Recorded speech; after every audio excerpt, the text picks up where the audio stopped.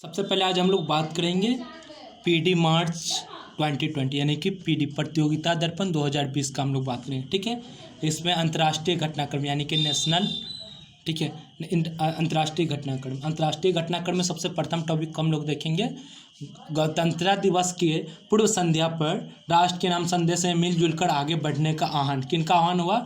राष्ट्रपति महोदय रामनाथ, भारत के राष्ट्रपति कौन है? रामनाथ कोविंद। ठीक है, 25 जनवरी 20 यानी कि 2020 को देश के 71वें गणतंत्र दिवस के पूर्व संध्या राष्ट्रपति देश के नाम संबोधन किया। ठीक है, इसमें कुछ खास जानना नहीं, बस यही देश के नाम संबोधन किया। ठीक है, इसमें संबोधन में क्या होता है, जो भी लोग जो सरकार का जो भी काम होता है उसका प्रशंसा करना और क्या नाम है, देश को आगे तरक्की के लिए उसमें काम करने के लिए किया जाता है। ठीक है, और उसके बाद हम लोग सेकेंड टॉपिक देखेंगे आंध्र प्रदेश में विधान परिषद समाप्त करने का प्रस्ताव पर राज्य विधानसभा में पारित किया गया। ठीक है, आंध्र प्रदेश में क्या है, मुख्यमंत्री जगनमोहन रेड्डी, वहाँ के मुख्यमंत्री कौन है?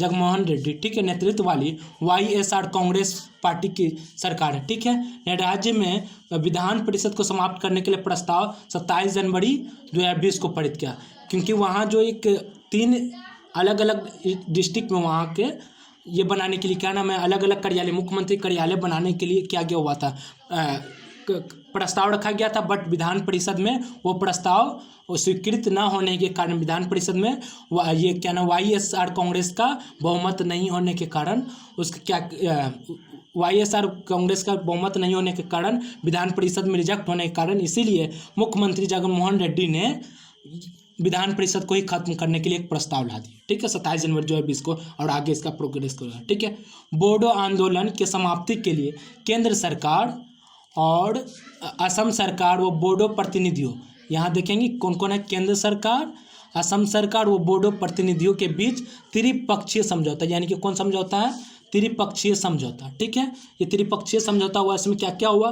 त्रिपक्षीय समझौता पर हस्ताक्षर 27 जनवरी 2020 में किया गया। ठीक है, दिल्ली में कभी पूछा जा सकता है कि त्रिपक्षीय, हाल ही में त्रिपक्षीय समझौता हुआ वो कहाँ किया गया, यानी कि दिल्ली में किया गया। ठीक है, इस समझौता से बोडो आंदोलन की समाप्ति, यानी कि जो ये कभी पूछा जा सकता है कि इसका उद्देश्य क्या है। ठीक है, इसका उद्देश्य इस समझौता से बोडो आंदोलन में समाप्ति तथा असम सरकार की अखंडता व राज्य की अस्थायी शांति के लिए मार्ग प्रशस्त हुआ। ठीक है, बोडो के 4 अलगाववादी गुटों सहित 9 संगठन, यानी कितने 9 संगठन ने केंद्र सरकार व असम सरकार के साथ समझौता कर अलग अलग राज्यों का मांग छोड़ दिया।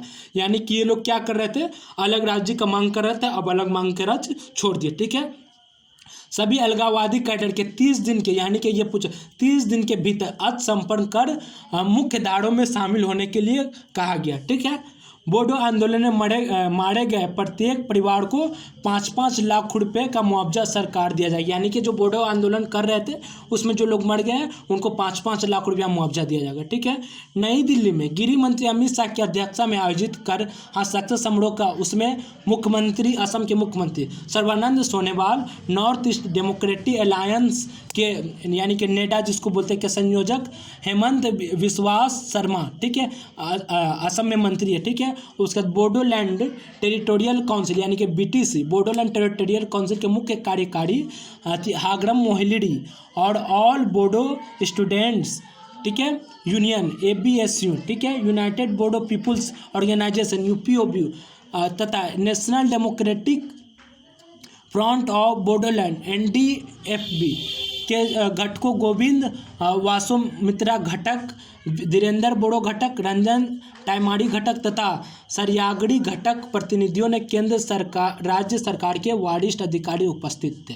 ठीक है, इस समझौता के अन्य प्रावधान के तहत, ठीक है, सरकार BTD के बोडो गांवों के विकास के लिए बोडो कचारी कल्याण परिषद की स्थापना करेगी। यानी कि कौन? बोडो कचारी कल्याण परिषद की स्थापना करेगी। ठीक है, इसके अतिरिक्त बोडो भाषा के राज्य में सहयोगी आधिकारिक भाषा के रूप में अधिसूचित किया जाएगा। यानी कि जो बोडो भाषा होगा ना, उसको जो राज्य की भाषा में इसको सहयोगी भाषा के रूप में भी दर्जा दिया जाएगा। ठीक है, अब हम लोग देख रहे हैं ब्रूड यांग परिवार के अस्थायी बसाव हेतु ऐतिहासिक ब्रूड यांग समझौता कब किया गया? 16 जनवरी 2020 को किया गया। यानी कि ब्रू क्या है, ब्रू रियांग क्या है, एक जनजाति है, ठीक है, ट्राइब्स जिसको इंग्लिश में बोलते हैं वो है। ये केंद्र सरकार, त्रिपुरा व मिजोरम सरकार तथा ब्रू रियांग यानी कि त्रिपुरा व मिजोरम में रहने वाली एक जनजाति है उसके साथ समझौता हुआ, ठीक है। ये हमेशा इन लोग के साथ, जैसे ये मिजोरम ये है, मिजोरम वाले भी लोग कहते हैं कि विदेश से है, ठीक है, इसी के लेकर के वहाँ बराबर ये होता था, कॉन्फ्लिक्ट होने के कारण ये समझौता अभी हाल फिलहाल किया गया, यानी कि 16 जनवरी 2020 को। कोलकाता पोर्ट ट्रस्ट का नामकरण श्यामा प्रसाद मुखर्जी की, यानी कि श्यामा प्रसाद मुखर्जी कौन थे, वो जनसंघ पार्टी के संस्थापक थे, ठीक है।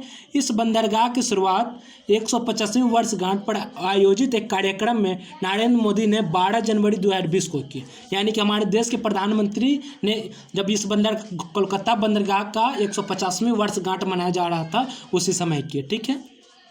यानी कि चंद्रयान 3 व गगनयान का प्रक्षेपण क्रमशः 2021 और 22 में किया जाएगा, यानी कि चंद्रयान 3 का 2021 में और गगनयान का 2022 में किया जाएगा, ठीक है। चंद्रयान 2 का प्रक्षेपण 2019 में किया गया था, हम लोग जानते हैं, उसके बारे में हम लोग पहले डिटेल्स में पढ़ चुके हैं, ठीक है। चंद्रयान 3 में एक लैंडर एक रोवर होंगे, ठीक है। और ये क्या है, जो गगनयान होंगे मानव युक्त अंतरिक्ष मिशन गगनयान का प्रक्षेपण 2022 में होगा, ठीक है, करेंगे, इसकी योजना है।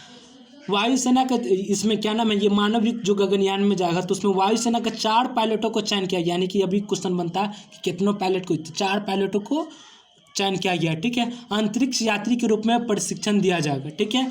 गगनयान के प्रक्षेपण से पूर्व अंतरिक्ष के तोड़ने के लिए, यानी कि अंतरिक्ष को सर्च करने के लिए एक आर्टिफिशियल इंटेलिजेंस के युक्त के जैसे इंसान जैसे रोबोट, यानी कि हाल्फ ह्यूमनॉइड रोबोट अंतरिक्ष में भेजने की योजना है। इस महिला का नाम, इस रोबोट महिला के नाम क्या है, वायुमित्रा, यानी कि यहाँ से क्वेश्चन बन सकता है, वायुमित्रा रखा गया है, ठीक है।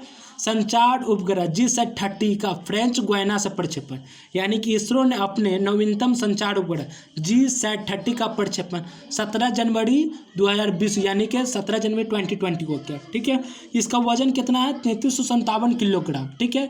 यह उपग्रह इसरो का 42वां संचार, यानी कि पूछ सकता है कैमा GSAT-30 जो भेजा गया वो कैमा से होता है, ये 42वां संचार उपग्रह है, ठीक, प्रक्षेपण है।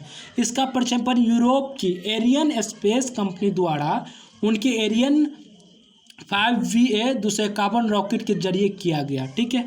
भारत GSAT-30 साथ ही फ्रांस की थेल्स एलेमिया स्पेस कंपनी द्वारा निर्मित ये कनेक्ट उपग्रह का प्रक्षेपण भी किया गया। यह उपग्रह अफ्रीका व यूरोप के संचार सेवा प्रदान करेगी, यानी कि जो अभी ये उपग्रह है वो अफ्रीका व यूरोप को संचार सेवा प्रदान करेगा, ठीक है। GSAT को पृथ्वी के अंडाकार जियो सिंक्रोनस ट्रांसफर ऑर्बिट, ठीक है, GTO जिसको बोलते हैं, स्थापित किया जाएगा, ठीक है। उसके बाद आगे हम लोग देखते हैं 2019 के लिए 27 पुरुष व 22 महिलाओं को, यानी कि देखिए 27 पुरुष व 22 महिलाओं को महिला क्रिकेट BCCI द्वारा अनुबंधित, यानी कि हर साल BCCI द्वारा अनुबंधित किया जाता है। इसमें सीनियर टीम 27 खिलाड़ियों का 4 श्रेणियों में रखा गया, यानी कि पुरुष टीम के लिए A+, A, B, C, यानी कि 4 ग्रुप में रखा गया हुआ है, ठीक है। इसमें अनुबंधित किया गया है। महिला टीम के लिए 3 श्रेणियाँ A, B, C, यानी कि इसमें A+ श्रेणी नहीं है।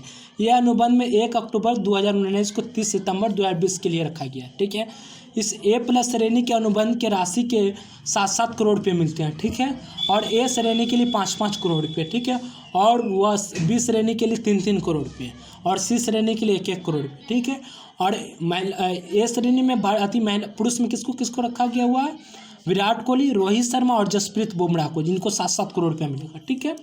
और महिला श्रेणी के लिए A को 50 लाख रुपये A श्रेणी में, और B को 30 लाख रुपये मिलेंगे, और C को 10 लाख रुपये मिलेंगे।